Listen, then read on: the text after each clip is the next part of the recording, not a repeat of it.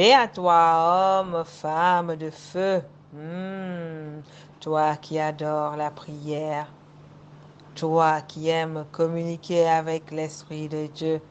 Nuit et jour, tu médites la parole de Dieu.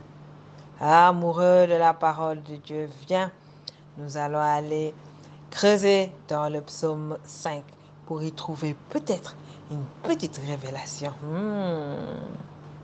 David dit, prête l'oreille à mes paroles. Ô Éternel, entends mon gémissement. Mon roi et mon Dieu, sois attentif à la voix de mon cri, car c'est toi que je prie. J'aime la façon dont David parle à Dieu. Il lui parle comme il parle à un ami, mais un ami qu'il respecte, un ami qu'il craint, un ami qu'il sait être puissant, qu'il sait être capable de faire ce que lui ne peut pas faire. Et tu es assis sur le même siège. Là, nous voyons David. Il est toujours en fuite avec ses serviteurs et il a besoin de prier en permanence. Il a besoin d'être connecté à l'esprit pour rester calme et confiant. Pour ne pas être la proie de l'ennemi, qui n'est rien d'autre que son fils Absalom qui le poursuit. Il sait que Dieu ne permettra pas que Absalom l'attrape et le tue. Quelle honte, c'est une malédiction même. Et toi devant la persécution de l'ennemi? Continues-tu à te débattre tout seul, toute seule, comptant sur ta propre intelligence, sur ta propre beauté, sur ta propre force, pour constater après ton échec? Car si tu es enfant de Dieu, alors tu sais que Dieu, il a dit à Zorobabel, ce n'est ni par la puissance, ni par la force, mais par mon esprit.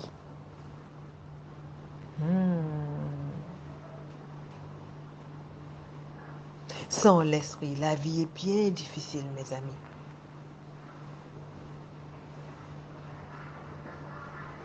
Accrochons-nous à l'esprit matin, midi, soir, comme les apôtres. Alors nous pourrons faire des exploits, faire ce que personne ne sait faire. Rester connecté à l'esprit nous assure d'avoir l'onction sur nous en permanence, comme les apôtres. En étant soldats, nous voulons marcher sur les pas des apôtres. Alors nous devons rester connectés à l'esprit et arrêter de compter sur notre puissance.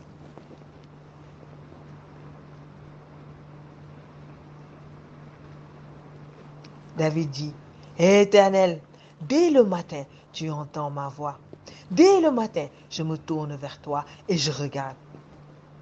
Dans le psaume précédent, nous avions vu qu'il priait et qu'il demandait la grâce de l'assistance de Dieu dans la nuit parce qu'il était l'heure pour lui de se reposer. Et là, nous le voyons au matin, il invoque encore l'Esprit de Dieu. Un message pour nous dire que David était connecté à l'Esprit en permanence. Nous l'avons vu prier avant de dormir. Et dès le matin encore, il est encore en communion avec le divin. Quand quelqu'un réussit, il faut le copier. Mais toi, tu n'as pas le temps. Tu es un grand patron dans une grande société. Alors il te faut travailler, travailler, travailler pour montrer que tu es compétent. Sais-tu qu'avec l'esprit, tu pourrais encore faire de plus grands exploits? Non, tu as peur de perdre du temps dans la prière. Et pourtant, tu veux être un homme, une femme selon le cœur de Dieu. Et toi, femme, qui est dans ton foyer. Tous les soirs, tu te pouponnes, tu te fais belle pour ton mari. Et c'est le même qu'on entend dehors qui fait la cour à tout ce qui passe. Il ne supporte même pas une belle personne passe devant, qu'il a déjà les yeux bien écarquillés.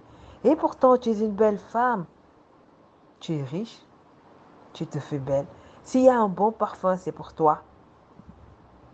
Tu n'as pas compris qu'il te manque la troisième ficelle dans ton mariage. Hmm. Et toi, jeune homme, tu as un grand diplôme et tu es à la maison. Tu te réveilles. Tu fais que regarder la télé du matin jusqu'au soir. Tu n'as pas le temps de prier. Tu n'y crois même pas que en priant même tu peux obtenir quelque chose de Dieu. Tu attends là où tu es couché devant la télé qu'on t'appelle pour te dire de venir travailler. Tu ne veux pas prier. Tu penses que les choses se feront de tous d'eux-mêmes parce que tu as un grand diplôme, parce que tu es intelligent. Lève-toi et fais bouger les choses spirituellement. Fais-toi remarquer par le divin afin que ton étoile brille. David dit, car tu n'es pas un Dieu qui prenne plaisir à l'iniquité. Le méchant n'habitera point avec toi. Les hommes superbes ne subsisteront pas devant tes yeux. Tu es tous les ouvriers d'iniquité. Tu fais périr ceux qui profèrent le mensonge. L'Éternel en a en abomination l'homme de sang et de fraude. David est rempli du Saint-Esprit. Il connaît son Dieu. Il sait que c'est un Dieu qui n'aime pas le péché. Alors toi et moi, fuyons le péché. Il n'aime pas les ouvriers d'iniquité. Ceux qui sont là tous les jours en train de méditer comment faire pour tromper leurs frères, leurs sœurs, pour faire du mal. Regardez les journaux, n'arrêtent pas de parler de cet homme qui est allé dans une maison et mettre le feu. Et voilà que le papa, la maman et les enfants sont morts dans le feu. Il y a un coin. Qu'est-ce qu'ils ont bien pu faire pour que toi, en tant qu'être humain, tu aies t'associer avec l'ennemi pour travailler comme ça contre le royaume de Dieu?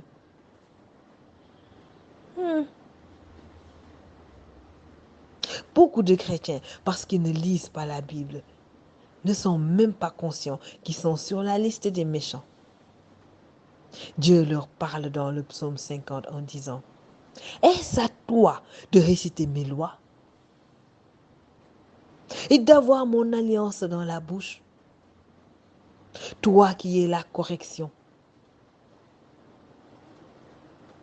toi qui jettes mes paroles derrière toi. Quand tu vois un larron, c'est-à-dire un escroc, tu te plais avec lui. Et ta portion est avec les adultères.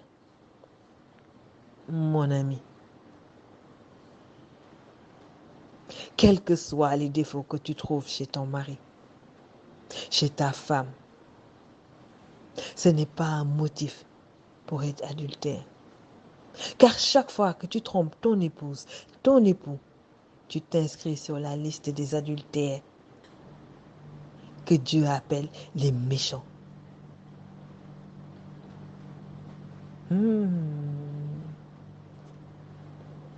Dieu dit encore à ces méchants, tu laisses aller ta bouche au mal et ta langue trame la fraude. Nous l'avons vu, nous n'avons rien à faire sur le banc de ceux qui parlent mal de leurs frères, de ceux qui se moquent des autres, de ceux qui disent des mensonges. Fuyons! Moi, je n'ai même pas honte. Et ta langue qui trame le fraude, la fraude du moins. Quand tu t'assieds, dit l'Éternel, tu parles contre ton frère, tu diffames le fils de ta mère. Voilà ce que tu as fait. Et je me suis tue. C'est ça qui est encore plus dangereux quand tu commets comme ça des péchés et que l'Éternel ne réagit pas et que tu penses que tu es sur le bon chemin. Tu penses que c'est toi la star parce que tu as toujours les informations et tu es toujours en train de divulguer des choses. De divulguer des choses. Tout le monde se dit, elle a toujours l'information à la bonne heure. Tu veux être la star. Et c'est pour ça que tu n'es prêt à détruire la réputation de ton frère, de ta sœur, pour que toi, tu sois la star. Dieu ne te dit rien, mais ce n'est pas parce qu'il ne te voit pas. Il faut faire attention. Il dit encore, tu as cru que j'étais comme toi. Je te reprendrai et je mettrai le tout devant tes yeux. Il faut faire attention.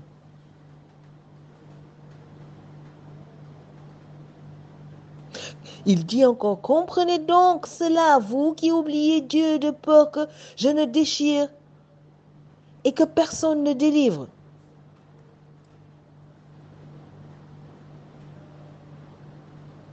Pourquoi s'inscrire sur la liste des méchants? Pour être sur la liste de ceux qui sont en attente de correction.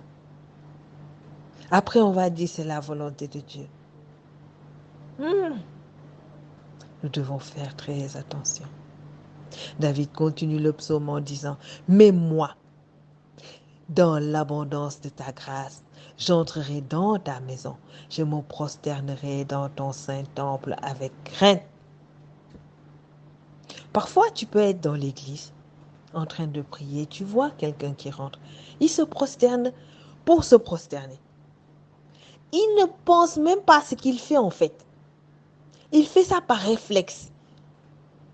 Parce qu'il a vu ses parents le faire, lui aussi il fait. Ou parce qu'il a vu les autres faire, il fait. Il ne sait même pas en fait ce qu'il fait. Et il vient à la messe parce que c'est la coutume. Celui-là repart bredouille.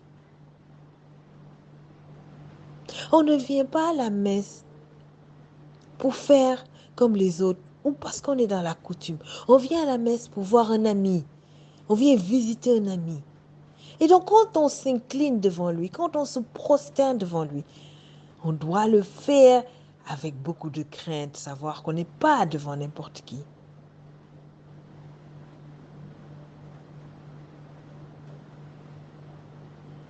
Et attention, la crainte de l'Éternel t'assure l'abondance, car il dit dans l'abondance de ta grâce, je me prosterne dans ton saint temple avec crainte. La crainte de Dieu va éloigner beaucoup de mauvaises choses de toi. Avoir la capacité de faire ce qui est mal et de dire non par crainte de l'Éternel. Avoir un véhicule, avoir la possibilité d'aller chercher la voisine et l'amener, faire ce qui n'est pas bien et revenir la déposer dans la nuit noire, personne ne te voit. Mais tu dis non parce qu'il y a quelqu'un qui voit la fourmi noire qui marche sur le rocher noir dans la nuit noire.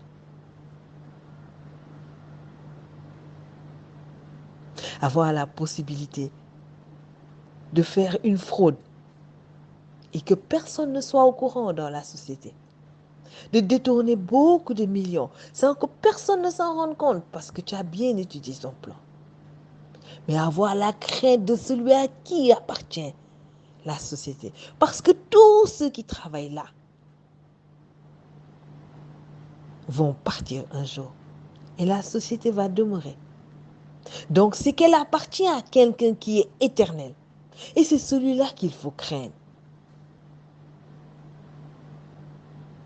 Alors tu vas voir qu'il va te rassasier de joie, te rassasier d'abondance.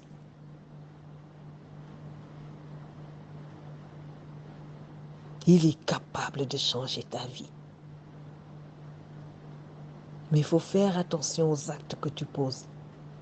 Réfléchis bien, regarde encore, prends le temps le soir avant de dormir, de revoir toute ta journée pour voir s'il n'y a pas quelque chose que tu fais dans la journée et qui ne plaît pas à Dieu sûrement. Lis la Bible et observe bien les comportements qu'il bénit et les comportements qu'il bannit.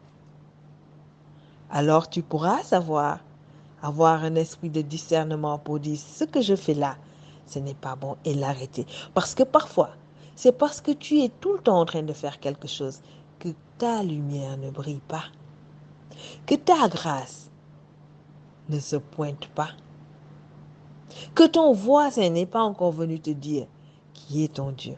Parce que tu pries beaucoup, mais après avoir prié, tu viens encore t'asseoir sur le banc des méchants, sur le banc des moqueurs, sur le banc des fraudeurs, des escrocs, des larrons. Tous ces bancs-là, nous, soldats, on n'a rien à faire là-bas. Et pourtant, le parc où ils sont est très beau et très attirant. Nous devons faire très, très, très attention si nous voulons demeurer des amis de Dieu. David dit, Éternel, conduis-moi par ta justice à cause de mes ennemis. Il faut demander à Dieu de te conduire jour et nuit. Car tes ennemis, ils ne sont pas petits. Ce sont des puissants esprits qui sont là. Ils sont là pour te détruire. Ils veulent ta mort. Nous devons faire très attention. Un soldat m'a appelé, m'a dit, j'ai rencontré un homme marié et je veux sortir avec l'homme marié. Je lui ai dit, qu'est-ce que tu gagnes à faire souffrir ta sœur? Elle m'a dit, je ne la connais pas. Ça ne m'intéresse même pas de savoir qui elle est. À partir du moment où le gars, il vire l'argent dans mon compte, moi, je veux sortir avec lui. Je lui ai dit, ne fais pas ça.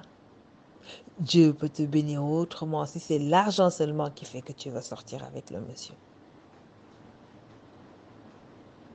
Prie Dieu de te séparer de cet homme qui est déjà marié.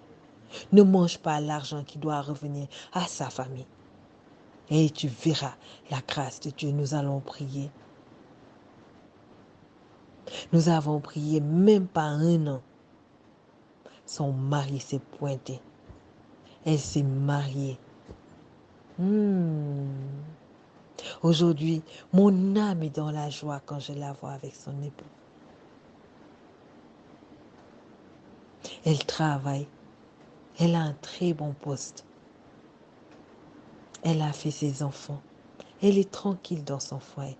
Et son mari se bat nuit et jour pour qu'elle ne manque de rien. Parce qu'elle avait la capacité, la possibilité de faire ce qui est mal. Elle a dit non. Nous devons faire attention. Parfois, c'est parce que l'ennemi voit la grâce venir qu'il se positionne déjà devant nous et nous attire vers ce qui est mal, afin que la grâce, elle s'assied sur son banc là-bas et nous observe. Et nous allons demeurer dans les larmes, en train de dire, Dieu, vraiment, il m'a oublié. Alors que c'est nous qui avons fermé la porte à la grâce.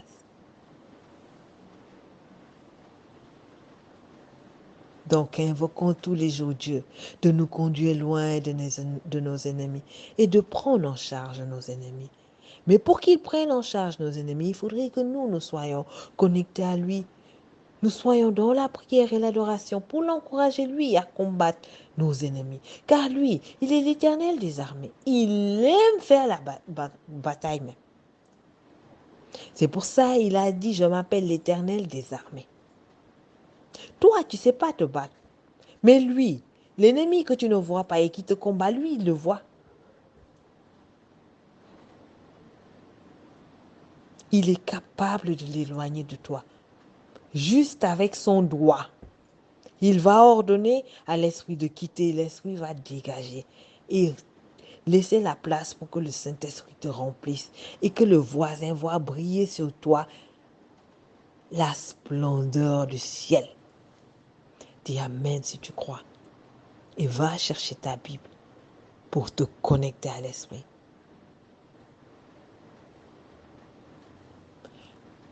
Beaucoup de chrétiens ne sont même pas au courant que nous sommes en guerre contre un ennemi.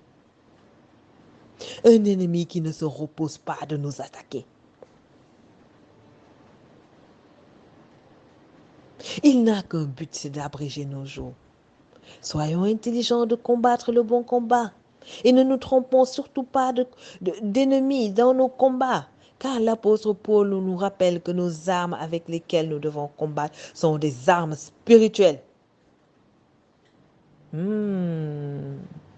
David dit, aplanis ta voix devant moi, car il n'y a point de sincérité dans leur bouche. Leur cœur n'est que malice, leur gosier est un tombeau ouvert, un tombeau ouvert. Ils le flattent avec leurs larmes. Pour toi, homme, femme de prière, le psaume 23 est une vitamine à prendre tous les jours pour rappeler à Dieu qu'il doit être ton berger. Quand il est ton berger, les montagnes, qui représentent tout ce qui est difficulté, elles s'aplanissent devant toi afin que tu passes comme un roi. Mais il te faut demeurer encore une fois dans la prière et l'adoration de ton Dieu. Car si toi, en tant qu'être humain, tu n'as pas son temps, comment lui, le divin qui a fait le ciel et la terre, et qui doit gérer tous les habitants de la terre, va avoir ton temps à toi? David dit, condamne-les, ô Dieu, qu'ils échouent dans leurs desseins, renverse-les à cause de la multitude de leurs crimes, car ils se sont révoltés contre toi. Il parle toujours de ses ennemis, tous ces esprits qui nous entourent, des esprits méchants, qui nous intimident, qui travaillent dans l'ombre. David demande à Dieu de les condamner, qu'ils échouent dans leur but.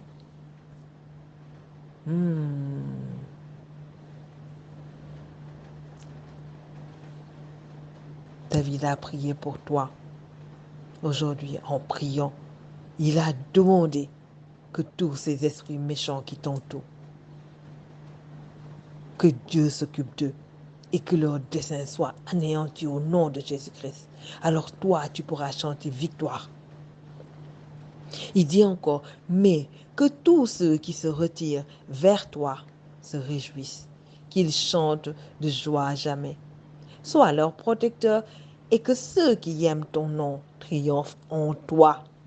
Car toi, Éternel, tu bénis les justes, tu l'environnes de ta bienveillance comme d'un bouclier. Dis Amen. Dis Amen fort, car David a encore prié pour toi. Et Dieu a validé.